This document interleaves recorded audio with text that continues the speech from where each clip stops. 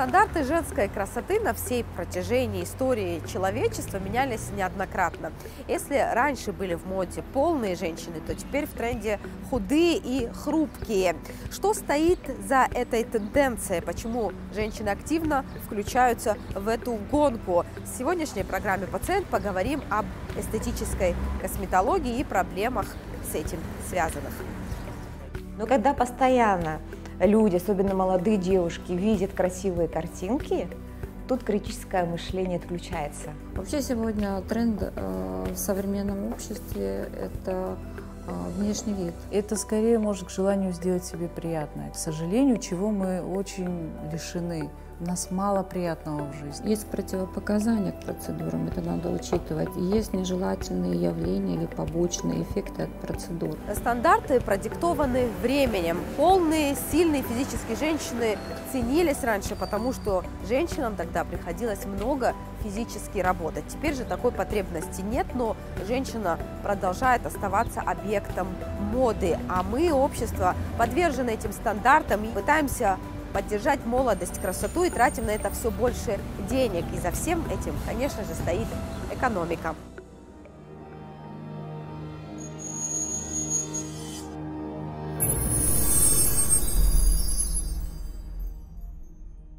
Тут, я думаю, мало играет роль доходы.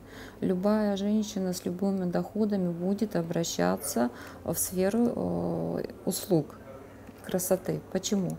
Потому что она всегда будет хотеть быть модной, привлекательной, лучше выглядит.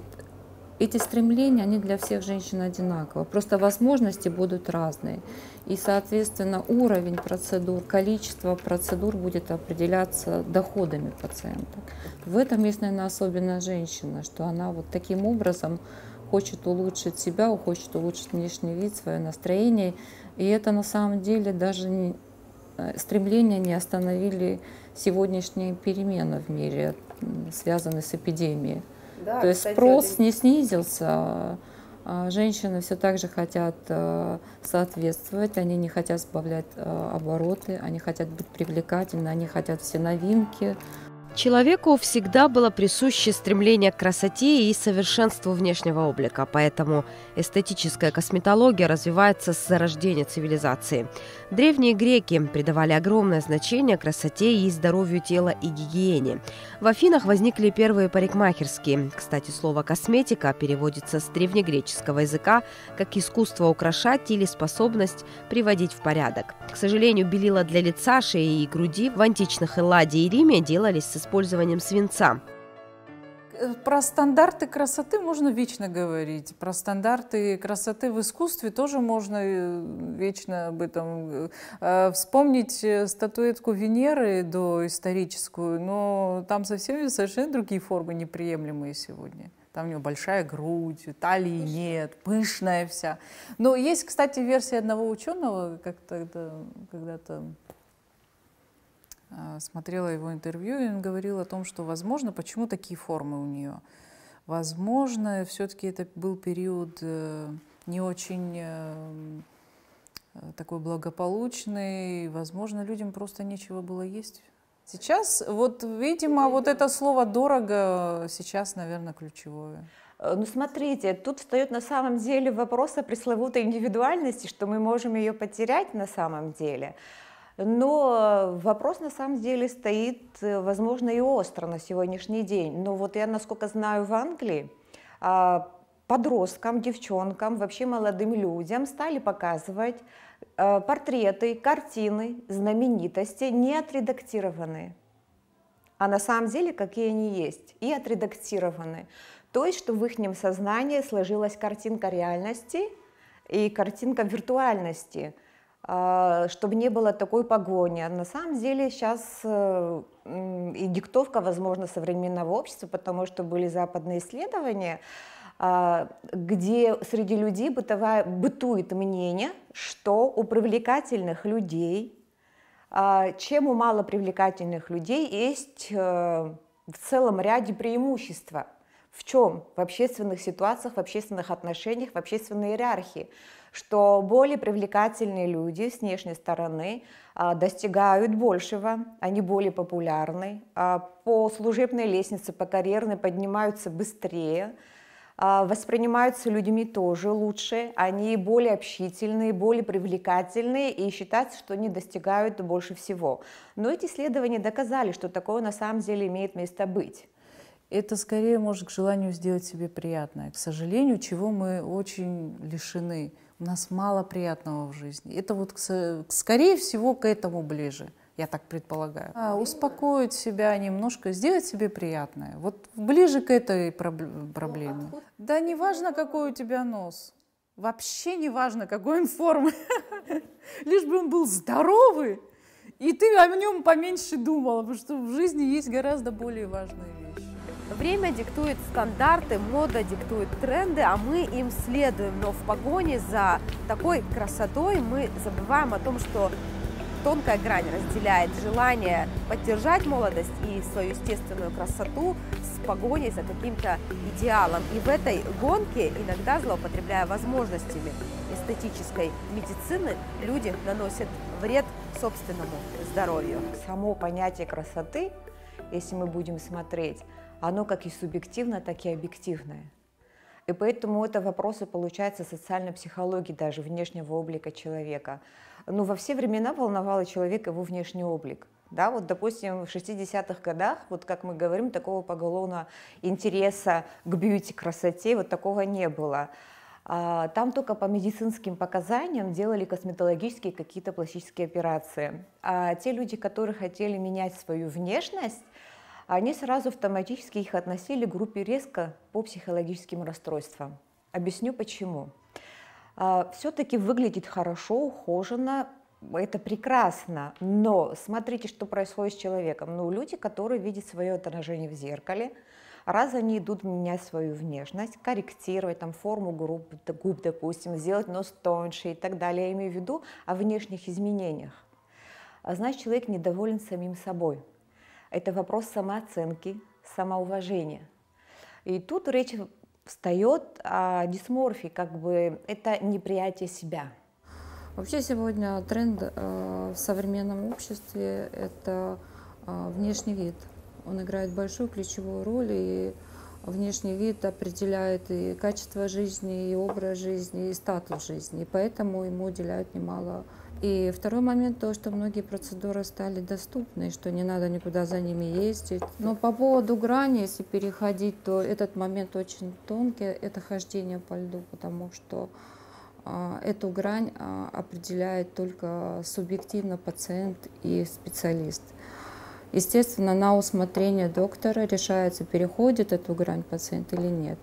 Не всегда удается пациента убедить в этом. Это сложно, потому что пациент настроен, он почему-то видит так ситуацию, хотя она не соответствует ни действительности, ни желаемому результату.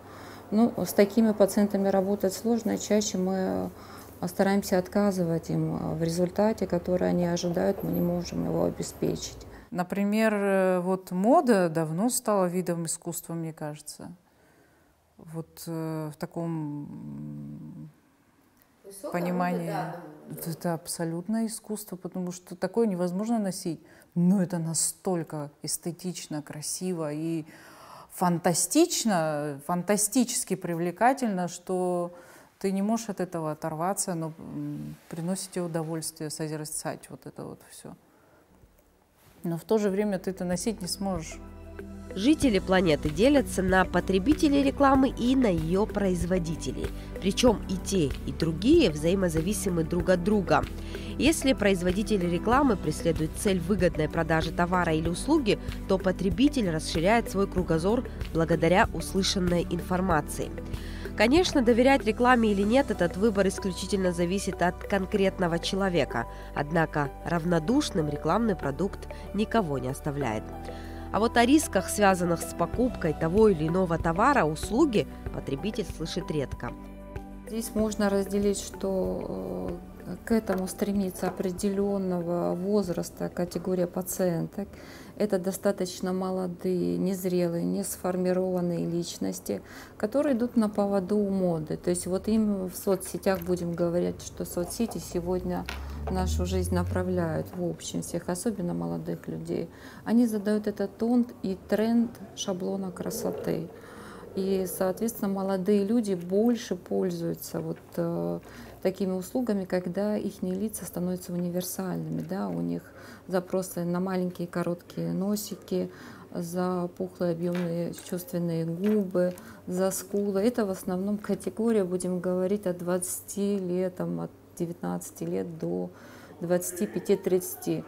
А если будем говорить про старшую возрастную группу, то у них запросы как раз с сохранением индивидуальности. У них, наоборот, просьба сделать так, добиться результата, чтобы окружающие не заметили, чтобы что-то было сделано. Часто бывает такое возрастное дозревание женщины, особенно в возрасте, допустим, после 25, то есть они себя уже ощущают женщинами, и они понимают, что у них есть о чем думать, есть что сказать, есть что показать, да? Они красивые, привлекательные, у них понимание этого приходит.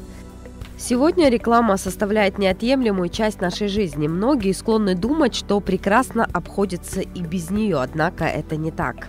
С рекламой мы сталкиваемся каждодневно. Прекрасный пол более склонен совершать импульсивные покупки, это факт, на который опирается каждый специалист по продвижению. Эмоции – вот что важно для женщин, поэтому в рекламе, рассчитанной на слабый пол, нужно не только красиво представлять товар, но и показывать те чувства, которые получает женщина от взаимодействия с ним. Обычно это радость и удовольствие. Слабый пол часто прибегает к сравнениям, просматривая видеоролики, девушки подсознательно сопоставляют себя с героиней рекламы, хотят быть похожей на нее. Иногда это приводит к депрессии, но чаще к покупкам.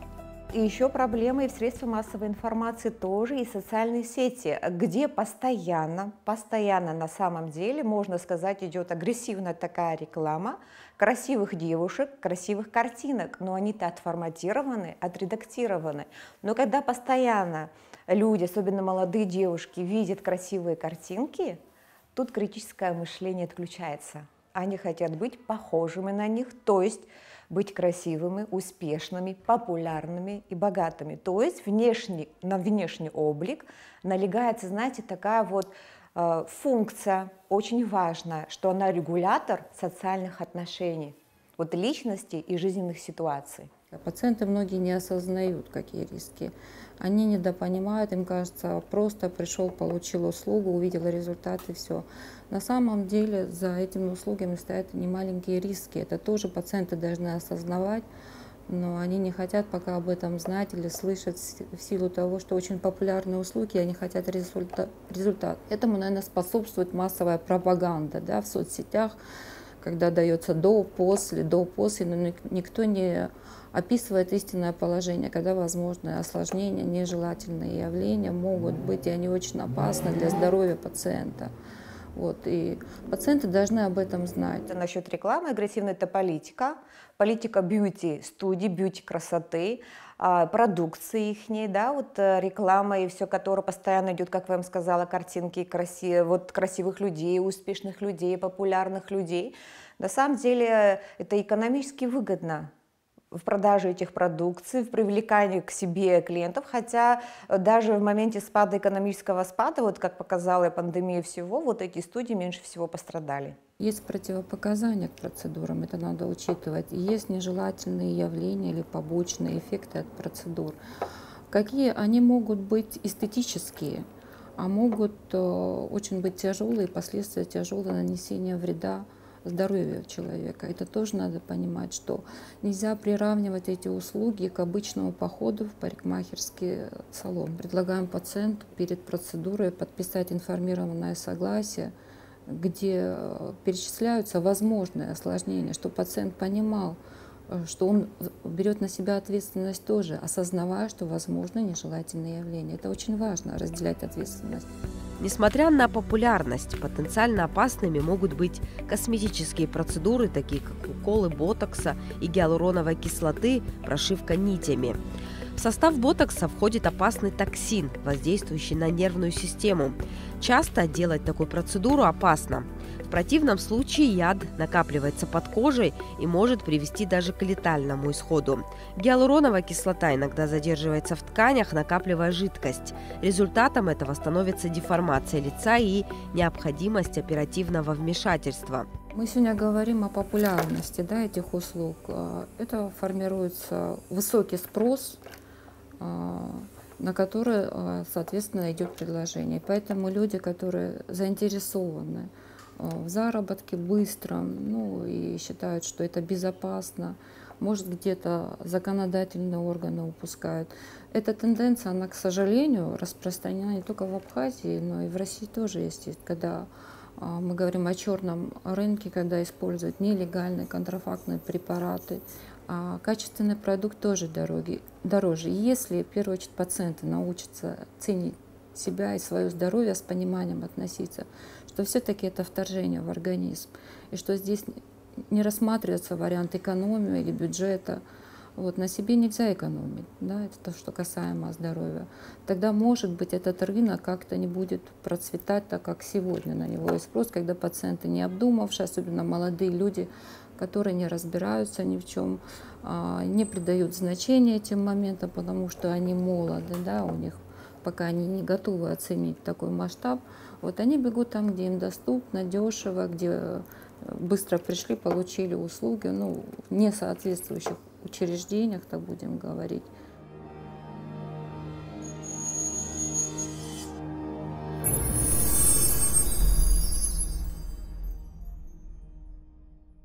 Но, однако же, есть и другая сторона, где у привлекательных внешне людей и существуют жизненные обыкновенные проблемы, и немало их тоже. Так что, иными словами, иногда изменение своего внешнего облика в сторону ее улучшения не всегда оказывает такую позитивную тенденцию в отношении с собой, в отношении с миром, в отношении самооценки, самоуважения и успешности. В наше время создает какую-то привлекательность в жизни, что наши мечты, желания исполняются.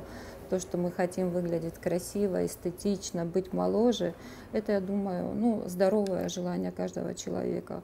А в особенности женщина, которая стремится быть постоянно красивой, быть молодой и привлекательной. Для женщин это хорошее подспорье, чтобы у нее каждый день было хорошее настроение, чтобы, вставая по утрам и взглянув на свое отражение в зеркало, она радовалась этому отражению. Поэтому я считаю, с этой стороны, эта специальность, она вносит какой-то праздник в жизнь женщины. Внутреннее свое содержание, бытие вообще человека, я думаю, все равно оно не исходит из внешнего твоего облика. Оно исходит из твоих идей, из твоего стержня, из твоих поступков, из того, что ты из себя представляешь и как ты хочешь жить.